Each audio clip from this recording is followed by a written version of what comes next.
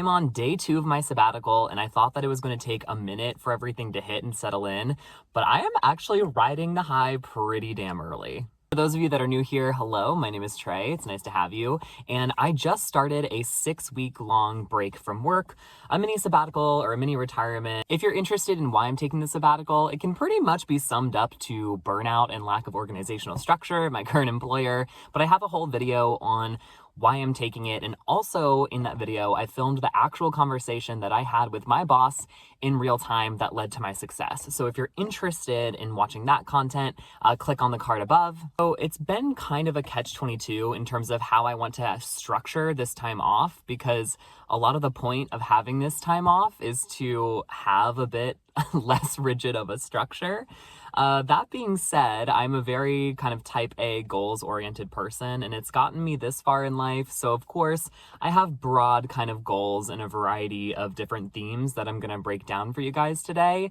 There are physical health goals, mental health goals, relationship goals, project goals, and also content goals. So starting with mental health, my first goal here is to try and slow down a lot more. At work, I just feel like I'm pulled in 20 different directions every single day, and it's gotten to the point where I am like quite literally not taking a break. I'm just drinking more coffee, more stimulants to try and keep up with demand, and it's very unrealistic, and it's caused a lot of bad habits. The first way that I want to go about this is by reestablishing a mindfulness practice. So for those of you who might not be aware of what mindfulness is, you may have heard of mindfulness meditation. It's basically a practice of doing like kind of body scans and then pushing your consciousness to the external. So it's a meditation where you're focusing on, what am I hearing right now? What are the physical sensations that I'm feeling right now? Like you ground yourself in the senses and become just really aware of your surroundings and understand where your consciousness and your body falls within kind of like the scope of your environment. What does taking on this practice actually look like in real time? Well, it's nothing crazy. It's like a 5-minute meditation. It can be longer if you want, but usually that's enough for me to start to really feel grounded and be in my body again and get me out of my head. So what I plan to do is after every gym session or like at-home yoga session, I want to take 5 minutes to just do that exercise and that meditation. The other mental health goal that I have is to reduce my screen time. So again, because of my job, I'm on a computer like 5-6 hours every single day. And then I'm usually on my phone or like watching TV when I get back because I don't have energy to do anything else. So I know my cumulative screen time is really bad, but particularly the one that's measured on my phone, it's gotten to like 4 hours a day. And I know for some people that's like not much, but a lot of the time also those people are doing like physical jobs. So for me, 4 hours is a lot because it's just that's like aside from my 9 to 5. So in reality, it's like my screen time is like probably closer to like, 8 to like 10 hours a day. On my phone, I want to reduce my screen time from 4 hours to under 3. On to the physical health bucket. The first goal that I have is at my rock climbing gym, I plan to actively project every single time I go to the gym. And basically what that means is that I'm not just doing stuff that I know I'm already good at or know that I can do. I essentially am committing to trying something that is challenging every single time that I'm there. All right, this next one is a big one, but I plan to not have a sip of alcohol during this entire break. And it's really because over the past year, I've become a pretty heavy drinker. And a lot of that has just been because of the stress of work. And how I've been relieving the stress of work is to have a drink when I get home, which leads to 2, which leads to 3. This last year, I've really just let myself go and let myself fall into alcohol as a coping mechanism. And alcoholism is in my family. So I've just kind of gotten to a point where I'm like, oh, I understand how that could happen to me.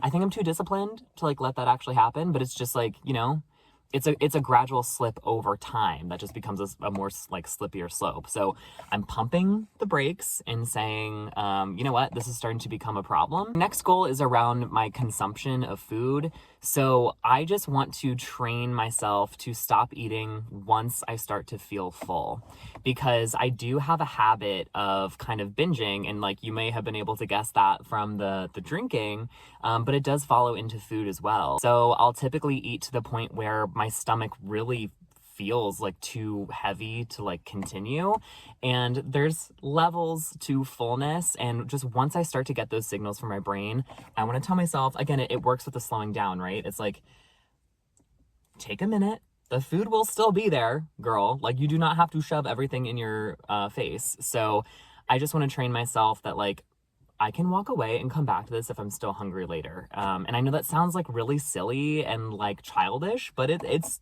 true, and a lot of people struggle with it. So I don't want to like tell myself that I'm being childish, because again, I think it's similar to like the alcohol and like just binging in general, but it's just it's a coping mechanism, I think.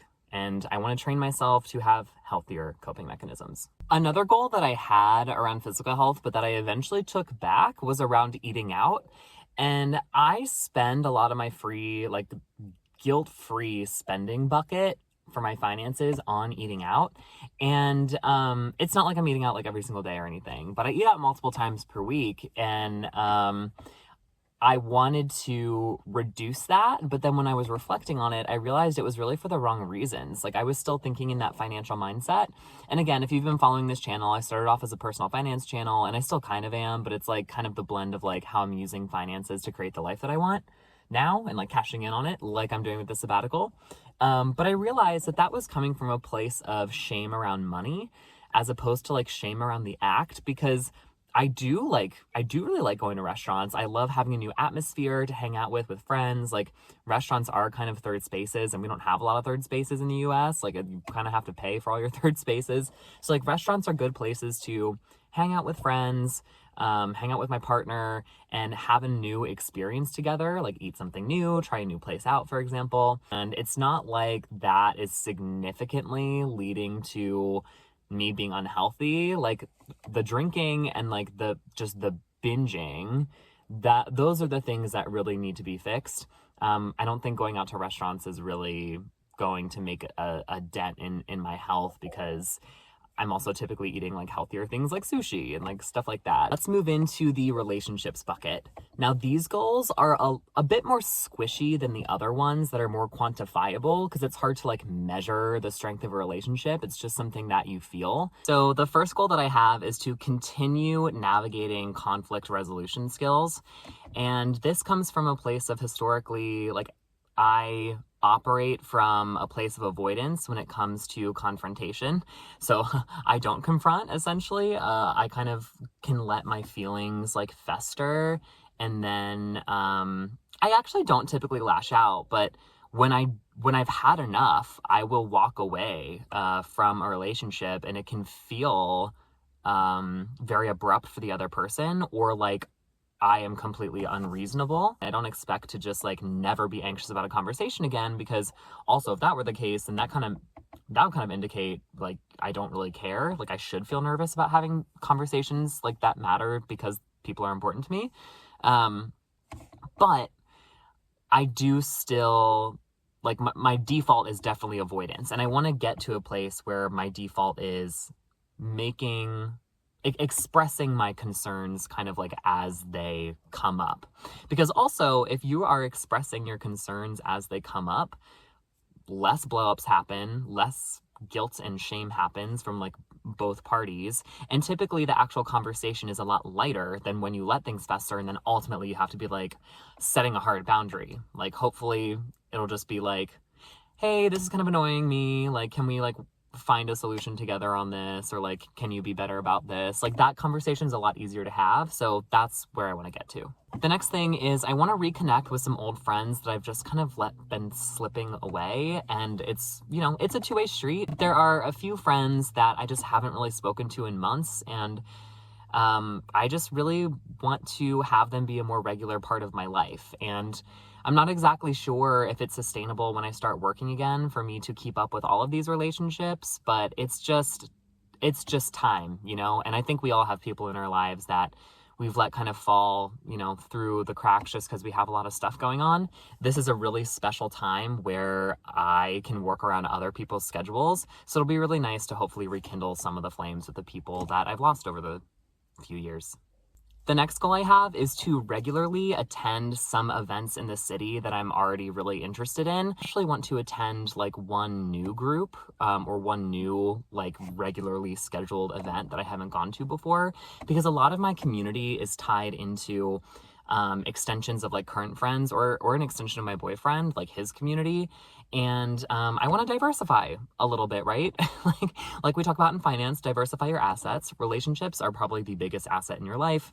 And while there's not really like a problem necessarily with, you know, communities being tied to like older like relationships, I don't want to put all my eggs in one basket. And I do also kind of want to have one type of like event or group that is like purely my own, as opposed to like with an existing friend or with my boyfriend. So the next bucket is projects. And a lot of these are just projects around the house.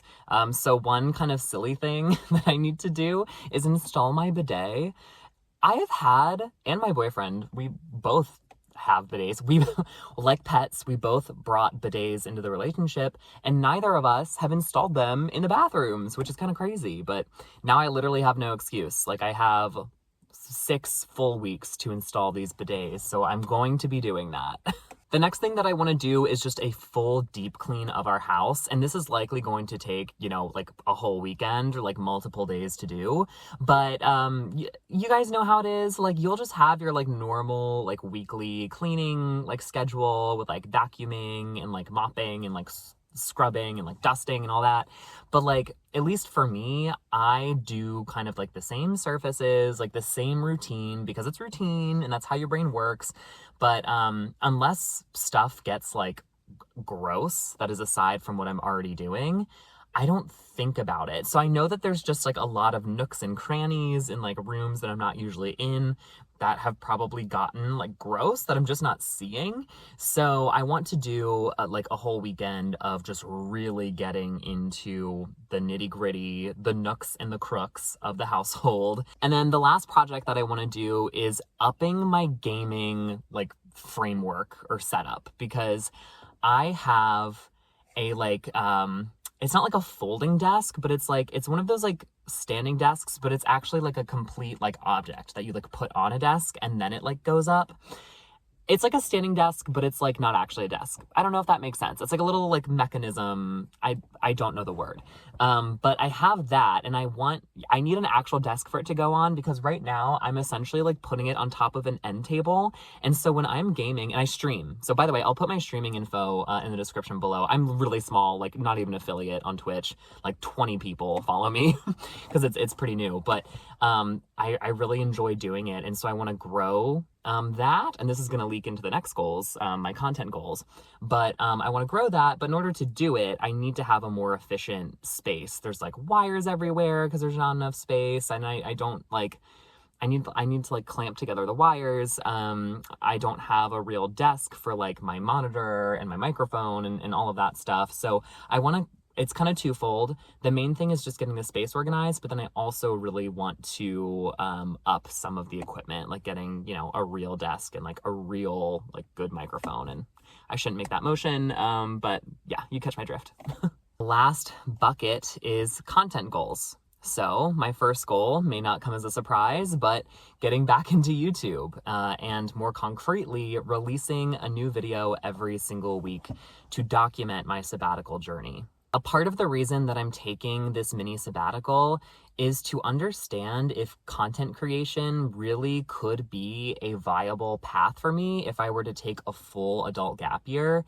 Again, watch my first video about why I'm taking the sabbatical. I outline like timelines and like how much I've saved in that video, but I essentially could take 2 years off of work with how much I've saved. And yes, that would be a complete... that would completely be using up my reserves. But you know, would I need 2 full years to have this start to be viable? It's totally possible. But the fact is, I love doing this work and I've lost my connection to it. And I do want to see if I'm doing this every single week, in addition to doing streaming every single week, you know, what does that optimal schedule look like in terms of, you know, keeping my creative energy high without burning out? Finally, the last content goal, and all the goals, is to become an affiliate on Twitch. And I have, I think, only 5 followers away from the qualifier goal, because they actually lowered it. I think it was 50 followers, now it's 25. So it's really low. And so the work that I did about like 6 months ago when I first started streaming and then fell out of because of burnout at work and I didn't have energy, I didn't want to be more online because I'm already online for my job, you know. But I got almost halfway towards the affiliate goal, and now it's even more approachable. So I'm really close to it. So that's something that I want to do as well, in addition to streaming 3 times per week. So those are all of my goals for my sabbatical, for my mini retirement, for these 6 weeks off of work where I don't have to worry. God bless. Now, before I go, I just want to hit on a theme that stretches across all of these goals. And that's, for the most part, they're pretty easily attainable. You know, I broke my goals up into pretty achievable chunks, like a video per week, 5 more followers on Twitch, 5 minutes of meditation after a workout, making sure that I try to do something that I'm scared of just once per gym session. I really tried to design this as, let's just take the first step. Because if I do this across, or if I do that across all of these different goals and areas, and I'm able to achieve like 1 of them, and then 2 of them, and then 3 of them, I think it's going to create the momentum that I need to actually inspire a complete mental shift.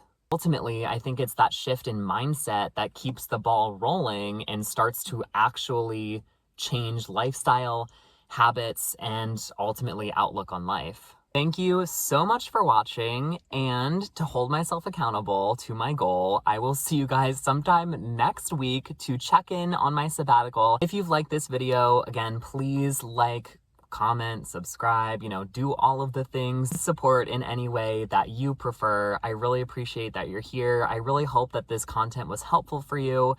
Please let me know what you like, what you didn't like, and what you'd want to see more of, and I will see you next time. Bye.